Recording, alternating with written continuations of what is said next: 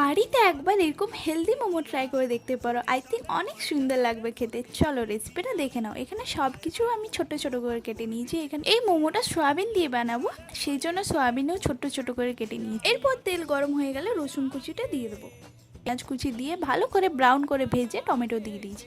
তারপর পরিমাণ মতো নুন, জিরের গুঁড়ো, হলুদ গুঁড়ো দিয়ে ভালো করে মশলাটাকে ভেজে নিয়ে জল দিয়ে দিতে হবে। দেখো সবসময় তো চিকেন মোমো, ভেজ মোমো তো খাই, একবার সয়াবিন মোমো টেস্ট করে দেখতে পারো, অনেক সুন্দর হয় খেতে। তো এখানে এবারে ছোট ছোট করে আলু কাটাগুলো ছেড়ে দিয়েছি। তারপরে এখানে দিয়ে দেবো ছোট ছোট করে যে সয়াবিনগুলো কেটে রেখেছিলাম সেইগুলো। ব্যাস ভালো করে এবারে মশলাটাকে আমাদের কষিয়ে নিতে হবে, ব্যাস তাহলেই তৈরি। এইদিকে আমাদের ময়দা যেরকম আমরা লুচি করি সেরকমভাবে ছোট্ট ছোট্ট লুচি কেটে এখানে লুচির থেকে একটু ছোট সাইজের বেলে এখানে পুর ভরে ব্যাস মোমোর মতো বানিয়ে নিতে হবে। তারপর এখানে স্টিম করে নিলেই তৈরি আমাদের মোমো।